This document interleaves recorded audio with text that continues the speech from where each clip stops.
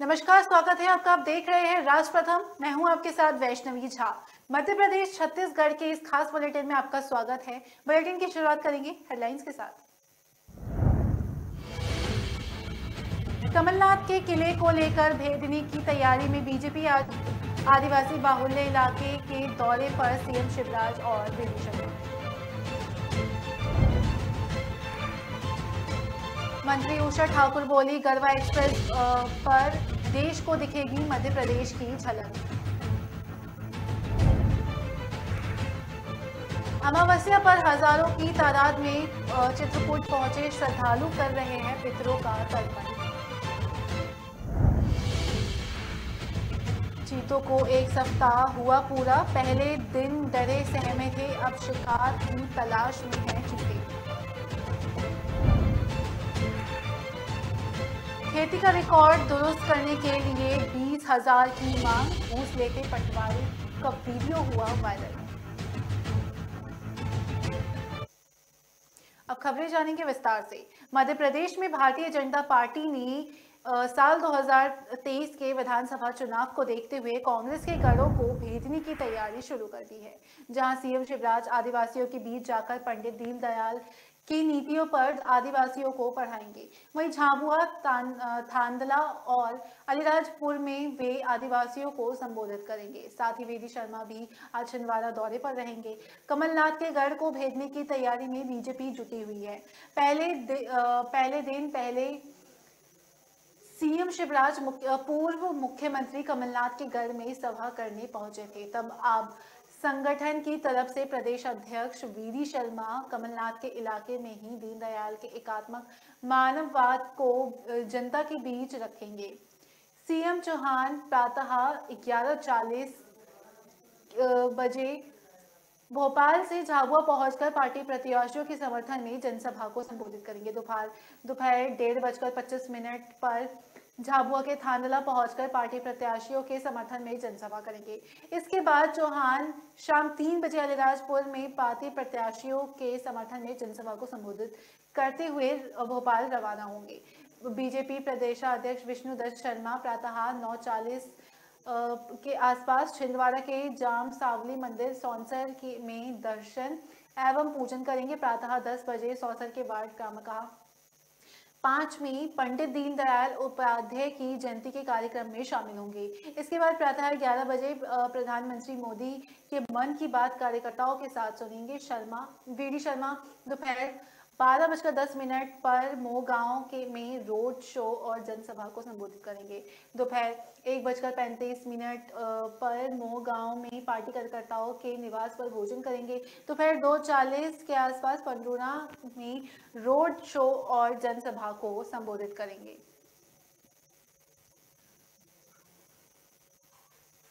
गुजरात के गांधीधाम जंक्शन पर गरवा एक्सप्रेस पर मध्य प्रदेश की ब्रांडिंग का अनावरण किया गया। इस कार्यक्रम में संबोधित करते हुए मध्य प्रदेश की पर्यटन, संस्कृति और धार्मिक न्यास एवं धर्मस्व मंत्री उषा ठाकुर ने कहा कि मध्य प्रदेश पूरे देश की सांस्कृतिक और ऐतिहासिक धरोहरों के सहेजता है। अब मध्य प्रदेश की सांस्कृतिक, ऐतिहासिक, प्राकृतिक और मन भावन पर्यटन स्थलों की झलक गरवा एक्सप्रेस पर पूरे देश को दिखाई देगी। मंत्री ने कहा कि अगर आप सभी ने हिंदुस्तान का दिल मध्य प्रदेश नहीं देखा तो आपने कुछ नहीं देखा। मध्य प्रदेश में 33 करोड़ वर्ष पुरानी विश्व की प्राचीनतम नदी मां नर्मदा, 2 ज्योतिर्लिंगम, श्वेत युग का मंदिर राजेश्वर, सतयुग की नगरी जानपाव, जनहित प्राचीन बौद्ध स्मारक भी मौजूद है। इन सभी स्थलों सहित प्रदेश के महत्वपूर्ण पर्यटन स्थलों की दर्शाती गरवा एक्सप्रेस वे देश भर में पर्यटकों को मध्य प्रदेश आमंत्रित करेगा। अपर प्रबंधक संचालक टूरिज्म बोर्ड विवेक क्षेत्रीय ने कहा कि गरवा एक्सप्रेस पर मध्य प्रदेश के पर्यटन स्थलों और नैसर्गिक सौंदर्य को विनाइल रैपिंग के माध्यम से दर्शित किया गया है। ये प्रदेश के पर्यटन स्थलों को भारत की जनता तक पहुंचाने की पहल है। मध्य प्रदेश को भारत का दिल कहा जाता है। जैसे ही दिल में शरीर का सारा रक्त पहुंचता है, वैसे ही मध्य प्रदेश में सभी राज्यों की संस्कृति और धरोहरों का अद्भुत संगम है। इसलिए पर्यटकों को कम से कम एक बार मध्य प्रदेश जरूर आना चाहिए। क्षेत्रीय ने गुजरात और देश के सभी पर्यटकों को मध्य प्रदेश आने के लिए आमंत्रित किया।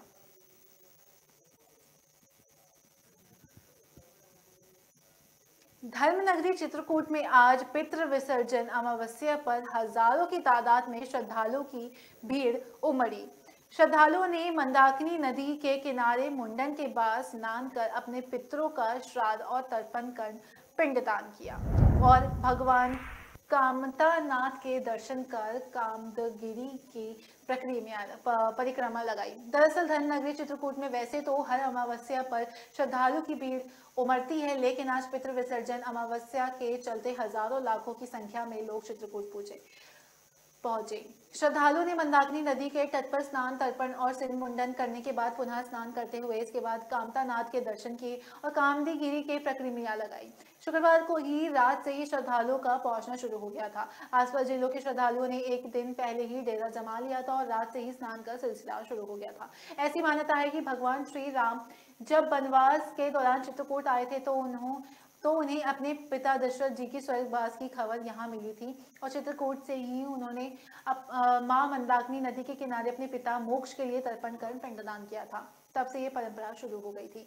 इसलिए हजारों लाखों की तादाद में श्रद्धालु धर्मनगरी चित्रकूट पहुंचकर अपने पितरों को यहाँ तर्पण करते हैं। यही कारण कि आज लाखों की संख्या में लोग चित्रकूट पहुंचकर मां मंदाकिनी नदी के किनारे मुंडन के बाद मंदाकिनी में स्नान कर अपने पितरों को तर्पण और श्राद्ध का क्रिया किया। इसके बाद वो भगवान कामदगिरी की पूजा अर्चना कर प्रक्रिया लगाते हुए नजर आए। वहीं लोगों का कहना है कि पितृ मास में अपने पितरों को मोक्ष के लिए 16 दिन तक उन्हें तर्पण करते हैं और अमावस्या के दिन किसी धार्मिक स्थल पर पहुंचकर पिंडदान और श्राद्ध करते हैं। चित्रकूट पर इसका विशेष महत्व है क्योंकि यहाँ भगवान श्री राम ने खुद अपने पिता का श्राद्ध और पिंडदान का कार्य किया था, इसलिए यहाँ का विशेष महत्व है। श्रद्धालु अपने पितरों का पिंडदान और श्राद्ध करने के लिए यहाँ चित्रकूट पहुंचते हैं।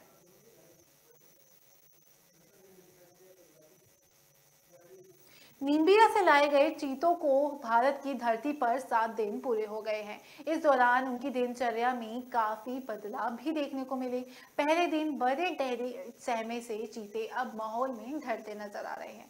उनके व्यवहार हर पल पर नजर रखी जा रही है। प्रधानमंत्री नरेंद्र मोदी ने आज के दिन मन की बात कार्यक्रम में भी इन चीतों का जिक्र किया। बता दें कि 17 सितंबर को मध्य प्रदेश के कुनू नेशनल पार्क में 8 चीतों को छोड़ा गया था। इसमें 3 नर और 5 मादाएं हैं। 24 सितंबर को चीतों को भारत की धरती पर 7 दिन पूरे हो जाएंगे। करीब 70 साल पहले भारत में विलुप्त हुए चीतों को पुनः स्थापित करने के लिए प्रधानमंत्री नरेंद्र मोदी ने विशेष प्रयास किया था। 8 चीते नेशनल पार्क से करीब 3 सप्ताह और क्वारंटीन में रहेंगे। इस दौरान साउथ अफ्रीका से लाए गए 13 एक्सपर्ट उनकी हर गतिविधि पर नजर रखे हुए हैं। मीडिया रिपोर्ट्स के मुताबिक चीतों की नजर बाड़े के बाहर घूम रहे चीतल पर है। वे शिकार के लिए बेताब नजर आ रहे हैं। चीता कंजर्वेशन फंड की एग्जीक्यूटिव डायरेक्टर लॉरी माकर ने दावा किया कि भारत का प्रोजेक्ट चीता एक बड़ी सक्सेस स्टोरी बनने जा रहा है। लॉरी माकर ने बताया कि चीता के घर वापसी बड़ी उपलब्धि है और इसका परिणाम सामने आने में वक्त लग सकता है। अधिकारियों का दावा है कि चीता यहाँ के माहौल में घुल मिल रहे हैं और उत्साहवर्धक है। चीते लगातार जांच से गुजर रहे हैं। वे पूरी तरह से स्वस्थ और धीरे धीरे नए माहौल में खुद को एडजस्ट करने की कोशिश कर रहे हैं।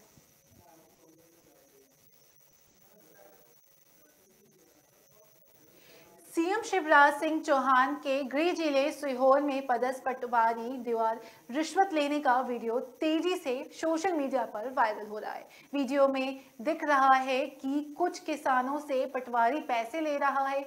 हालांकि ये वीडियो कब का है इसकी पुष्टि अभी नहीं हुई है। सोशल मीडिया पर इस वीडियो के तेजी से वायरल होने के बाद सीहोर जिले की प्रशासनिक अमले में हड़कंप मच गया है। पूरा मामला ये है कि सीहोर जिले के ज्वार तहसील के अंतर्गत आने वाले ग्राम फूडरा निवासी त्रिलोक सिंह ठाकुर पिता देवकरण सिंह ठाकुर अपनी खेती के रिकॉर्ड दुरुस्त करवाने के लिए परेशान हो गए थे, जिसको लेकर पटवारी अमित श्रीवास्तव कई दिनों से उन्हें घुमा फिरा रहे थे। इसी बीच पटवारी ने किसान से 20,000 रुपए रिश्वत की मांग की थी। पटवारी ने कहा था कि आपका जमीन का रिकॉर्ड दुरुस्त और सीमांकन हो जाएगा जब आप 20,000 रुपए देंगे। किसान से लोग बहुत परेशान था, जिसको लेकर सीएम हेल्पलाइन नंबर पर शिकायत भी की थी। शिकायत करने पर भी उसकी समस्या का हल नहीं हुआ था। अंत में किसान और उनके दोस्त ने मिलकर पटवारी को 5,000 रुपए रिश्वत देते हुए वीडियो बना लिया। वीडियो में दिख रहा है कि पटवारी खुद किसान से पैसे ले रहे हैं, पैसे को जेब में डाल रहे हैं। जैसे ये वीडियो सोशल मीडिया पर वायरल हो रहा है तो सीहोर जिले में प्रशासनिक अमले में हड़कंप मच गया। इस वीडियो पर पटवारी अमित श्रीवास्तव ने बताया कि जब उन्हें फोन लगाया गया तो उनका फोन बंद आया।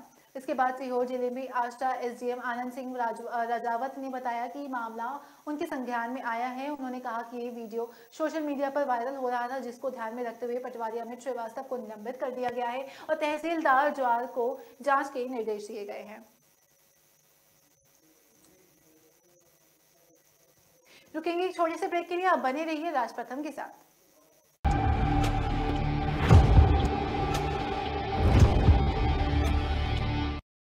दिल का परिंदा उड़ चला, अंदाज अपना मन चला, खुद की तो सुन ले, जी भर के जी ले, रुकना ना तू अब ठहर।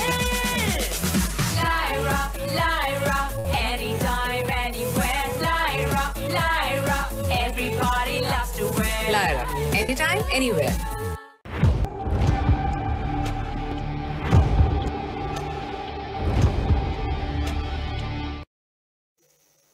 ब्रेक के बाद स्वागत है आपका। रुक करेंगे अगली खबर का। कटनी सिंगरौली के रास्ते जबलपुर से हावड़ा जाने वाले यात्रियों के लिए बड़ी खुशखबरी सामने आई है।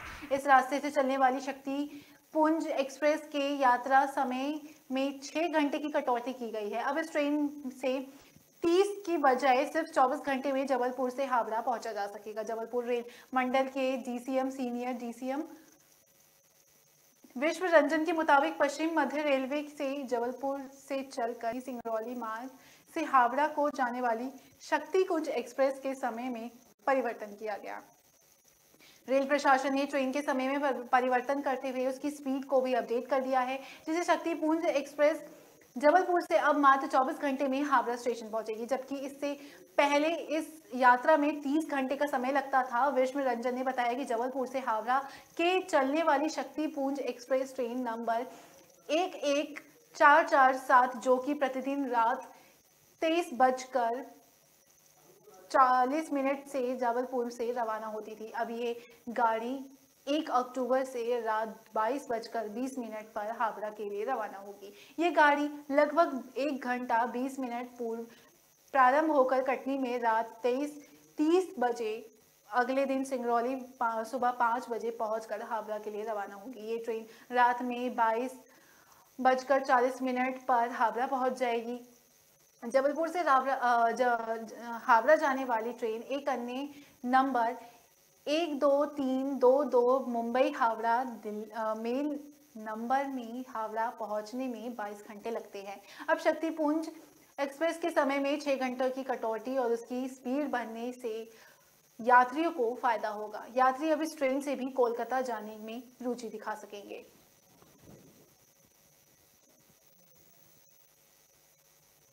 गौवंश में फैल रही बीमारी लंपी स्किन बीमारी अब धीरे धीरे देश के हर हिस्से में पांव पसार रहा है। मध्य प्रदेश के खंडवा में लंपी वायरस के बढ़ते प्रकोप के बाद पशुपालकों में चिंता की लहर दौड़ पड़ी है। जिले में अब तक लंपी वायरस से सरकारी आंकड़ों के अनुसार 17 पशुओं की मौत हो चुकी है।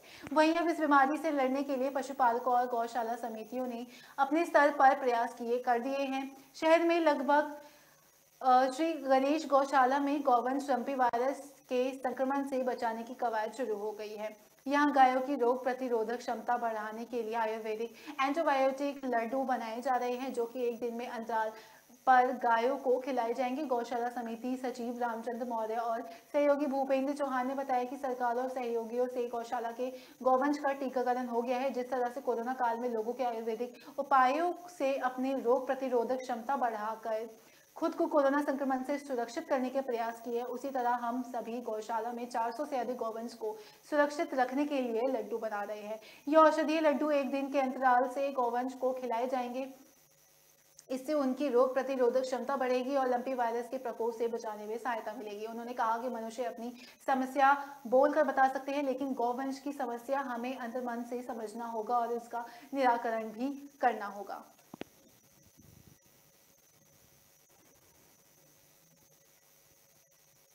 मध्य प्रदेश के जबलपुर में स्कूल बसों या स्कूली वाहनों में सीसीटीवी और जीपीएस ट्रैकर लगाना अनिवार्य होगा। इसके साथ ही स्कूल में बच्चों के आवागमन के लिए लगाई गई सभी बसों, वैन और ऑटो का 7 दिन के भीतर सेफ्टी ऑडिट कर प्रतिबंध जिला शिक्षा अधिकारी कार्यालय को प्रस्तुत करना होगा। बच्चों की बढ़ती अप्रिय घटनाओं के मद्देनजर कलेक्टर इलियाराजा टी ने जिले में स्थित सभी अशासकीय स्कूलों और सीबीएसई और आईसीएसई स्कूलों के प्रबंधक प्राचार्यों के प्रधान अध्यापकों को आदेश जारी किया है। स्कूल बसों और बच्चों के आवागमन के अन्य सभी साधनों में सीसीटीवी कैमरे और जीपीएस ट्रैकर लगाने के निर्देश दिए हैं। उन्होंने स्कूल में बच्चों के आवागमन के लिए लगाई गई सभी बसों और वैन और ऑटो का 7 दिन के भीतर सेफ्टी ऑडिट कर प्रतिवेदन जिला शिक्षा अधिकारी कार्यालय को प्रस्तुत करने को कहा है। कलेक्टर ने स्कूल प्रबंधन प्राचार्य और प्रधानाध्यापकों को जारी आदेश में स्कूल बसों या अन्य आवागमनों के अन्य संसाधनों में सीसीटीवी कैमरे और जीपीएस ट्रैकर लगाने के साथ साथ ये हमेशा चालू राहत में रहे, ये सुनिश्चित करने की हिदायत दी है। आदेश में कहा गया कि स्कूल आवागमन के सभी वाहनों में 2 दरवाजे हो, वाहनों के परमिट, बीमा, पीयूसी आदि के सर्टिफिकेट पूरे हो, स्कूल बसों और अन्य साधनों का रंग पीला हो तथा इनमें स्कूल का नाम और फोन नंबर सहित चाइल्ड हेल्पलाइन नंबर अनिवार्य रूप से अंकित होना चाहिए।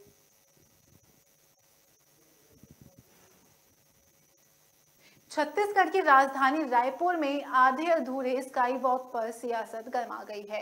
कांग्रेस ने बीजेपी शासन में करोड़ों रुपए की लागत में रायपुर शहर के बीच चौराहे में बनाए गए स्काई वॉक के उपयोग पर सवाल उठाया है।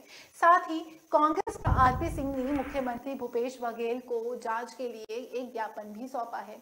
वहीं तत्कालीन पीडब्ल्यूडी मंत्री राजेश मूणत ने सुप्रीम कोर्ट के रिटायर्ड न्यायाधीश से जांच कराने के लिए सुझाव दिया है। दरअसल शनिवार को कांग्रेस प्रवक्ता आरपी सिंह ने सीएम बघेल से मुलाकात कर स्काई वॉक में भ्रष्टाचार और अनियमितता को लेकर 8 बिंदुओं पर जानकारी दी। इसमें तत्कालीन बीजेपी सरकार के पीडब्ल्यूडी मंत्री राजेश मूणत पर स्काई वॉक के नाम पर ठेकेदार को लाभ दिलाने की प्रशासनिक प्रक्रिया को दरकिनार करने का आरोप है।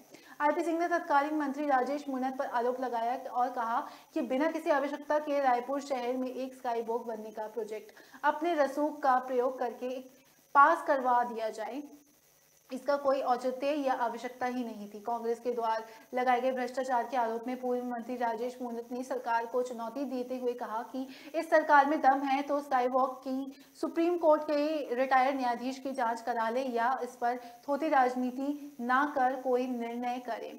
उन्होंने कहा कि विकास की सोच, दृष्टिकोण और विचार क्या होता है जो मुख्यमंत्री ये नहीं जानता कि वह सिर्फ आरोप ही लगा सकता है, कार्य नहीं कर सकता।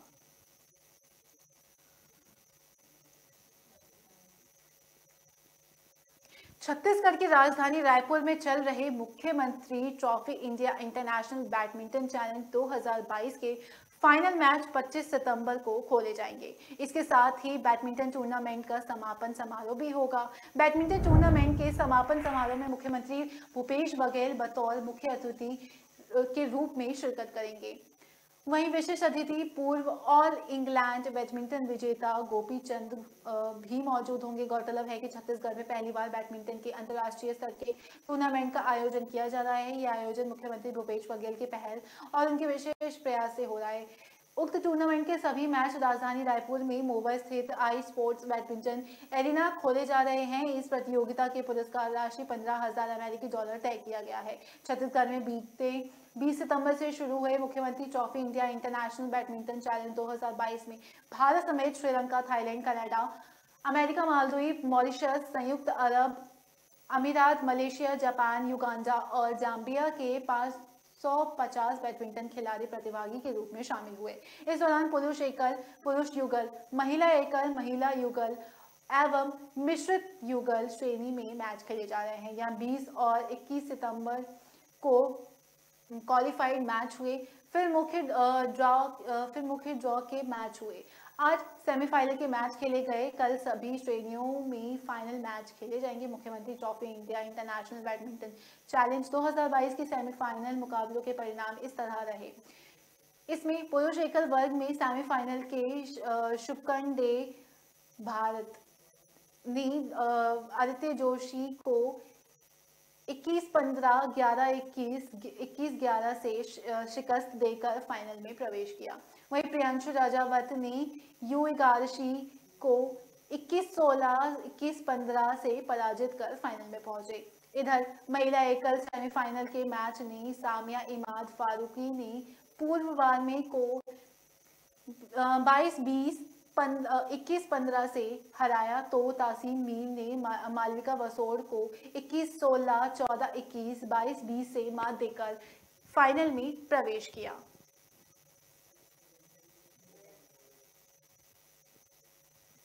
फिलहाल वक्त हो चला एक छोटे से ब्रेक का। अब बने रहिए राष्ट्रप्रथम के साथ।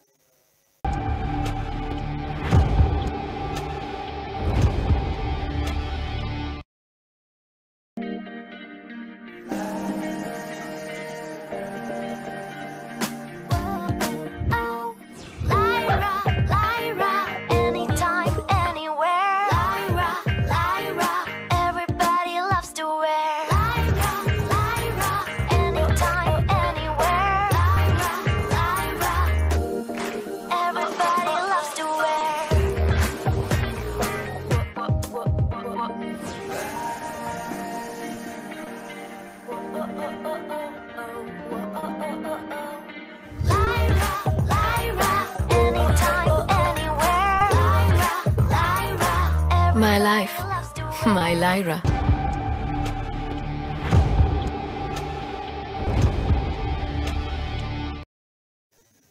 ब्रेक के बाद स्वागत है आपका। बढ़ेंगे अगली खबर की ओर। आरक्षण पर छत्तीसगढ़ हाईकोर्ट के फैसले के बाद आरक्षण का मुद्दा गर्माता हुआ नजर आ रहा है। 2 दिन से लगातार राजधानी में आदिवासी समाज की बैठकें हो रही है। समाज ने सभी 32 आदिवासी विधायकों को 1 अक्टूबर को राजधानी बुलाया है। उसमें उन पर दबाव बनाया जाएगा कि वे एसटी के लिए 32% आरक्षण के लिए मुख्यमंत्री भूपेश बघेल से तत्काल नोटिफिकेशन जारी करने को कहे। शनिवार को बंजारी नवा रायपुर में सर्व आदिवासी समाज छत्तीसगढ़ अनुसूचित जाति जनजाति शासकीय सेवक संघ के पदाधिकारी जुटे। हाईकोर्ट में सरकार की ओर से रखे पक्ष को समाज ने कमजोर करके आंका है। प्रांतीय अध्यक्ष आर्यन झुब और सर्व आदिवासी समाज के अध्यक्ष भारत सिंह, सचिव डॉक्टर शंकर लाल उइके ने भी इसके मामले को लेकर किसी भी तरह का समझौता नहीं करने का प्रस्ताव रखा है। सांसदों को बाद में बुलाने की रणनीति बनी। इससे पूर्व सर्व आदिवासी समाज के प्रादेशिक बैठक हुई। इसमें ये तय किया गया कि मामले को लेकर समाज के प्रतिनिधि मुख्यमंत्री भूपेश बघेल से मिलेंगे। वे 32% आरक्षण जारी रखने की मांग करेंगे। आदिवासी सांसदों और विधायकों से भी जनसंख्या के अनुपात में आरक्षण बरकरार रखने को लेकर ज्ञापन सौंपेंगे। बैठक में समाज के पदाधिकारियों ने कहा कि जरूरत पड़ने पर सुप्रीम कोर्ट में याचिका भी दायर की जाएगी। इसके लिए किसी कानूनी जानकारी को नियुक्ति किया जाएगा। हाईकोर्ट के फैसले की प्रति अध्ययन करने के बाद आगे निर्णय भी लिया जाएगा। सचिव डॉक्टर शंकरलाल उइके और पीएल सिदार को मुख्यमंत्री से मुलाकात के लिए समन्वय बनाएंगे।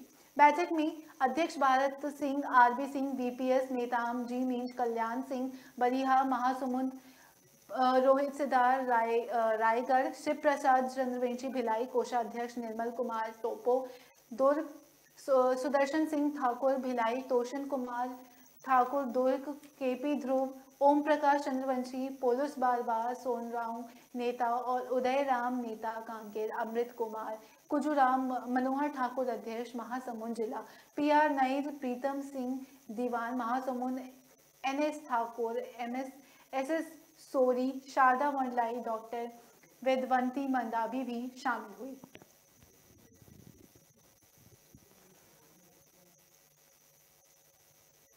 छत्तीसगढ़ में गायों के साथ एक दिल दहलाने वाला मामला सामने आया।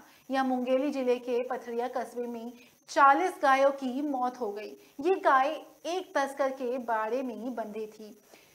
3 दिन में चारा पानी नहीं मिलने की वजह से गायों ने तड़प तड़प कर दम तोड़ दिया। बाड़े में मौजूद दूसरी गायें भी गंभीर रूप से बीमार है। बताया जा रहा है कि पथरिया कस्बे में प्रशासन ने पिछले दिनों खुले में घूमने वाली मवेशियों को बांध कर रखने की हिदायत दिलाई थी। वहाँ मवेशियों को खरीद फरोख्त का कारोबार करने वाले छेदी उर्फ दरज केंद्र ने कई गायों को अपनी बाड़े में बंद कर दिया। वहां कीचड़ था और चारे पानी का कोई इंतजाम नहीं था। इस पर भी वह व्यक्ति गायों को बिना चारे पानी दिए ही अपनी रिश्तेदार के यहाँ चला गया। इधर भूख प्यास से तड़प रहे गाय और बछड़े मरने लगे। शनिवार को लोग इसका पता चला तो हंगामा मच गया। तुरंत प्रशासन को सूचना दी गई। अधिकारियों ने कीचड़ भरे बाड़ी से पहले 3 गायों का शव निकाला। कुछ देर बाद 17 और गायों के शव मिला। बाद में कुछ और बीमार गायों ने दम तोड़ दिया। प्रशासन ने आनंद फानन और डॉक्टरों की टीम बुलाकर वहीं इलाज शुरू कराया। गायों ने खाने पीने का इंतजाम भी कराया। अधिकारियों का कहना है कि जिस व्यक्ति छेदी राम की बाड़ी में गायें बंधी हुई थी वे गायों की तस्करी के मामले में जेल भी जा चुका है। वो अभी फरार है। पुलिस ने पशु क्रूरता कानून के तहत मामला दर्ज किया है। एसडीएम प्रिया गोयल ने बताया कि मृत मवेशियों का पोस्टमार्टम कराया जा रहा है। कथित मवेशी तस्कर फरार है और इस मामले में पशु क्रूरता निवारण कानून के तहत कार्रवाई इस पर की जाएगी।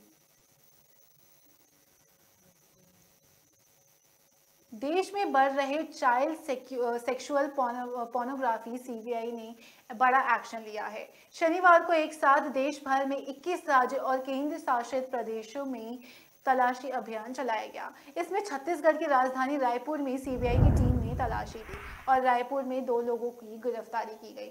सीबीआई ने देश भर में 95 स्थानों पर बड़ी कार्रवाई की। दरअसल इंटरपोल के इनपुट के बाद सीबीआई ने शनिवार को ऑपरेशन मेघ चक्र नाम से कार्रवाई की। सीबीआई ने सीएसएस को डाउनलोड करने या फिर उसे प्रसारण करने से संबंधित मामलों में देश भर में करीब 2 दर्जन शहरों में कार्रवाई की। इसमें छत्तीसगढ़ की राजधानी रायपुर के सरस्वती नगर थाना इलाके में सीबीआई ने 2 लोगों को गिरफ्तार किया। सीबीआई ने चाइल्ड पोर्नोग्राफी पर बड़ा एक्शन लेते हुए हरियाणा के फतेहाबाद, उत्तराखंड के देहरादून, गुजरात के कच्छ और यूपी के गाजियाबाद, पश्चिम बंगाल के मुर्शिदाबाद, महाराष्ट्र के मुंबई, पुणे, नासिक, ठाणे, नांदेड़, सोलापुर, कोल्हापुर और नागपुर, झारखंड के रांची, आंध्र प्रदेश के चित्तौड़ और कृष्णा, कर्नाटक के रामनगर और कोलार, हरियाणा के फरीदाबाद, यूपी के हाथरस, बैंगलोर के कोडगू, छत्तीसगढ़ के रायपुर, नई दिल्ली, केरल के चित्रकूट, मध्य में डिंडलीपुर, पंजाब के गुड़गांव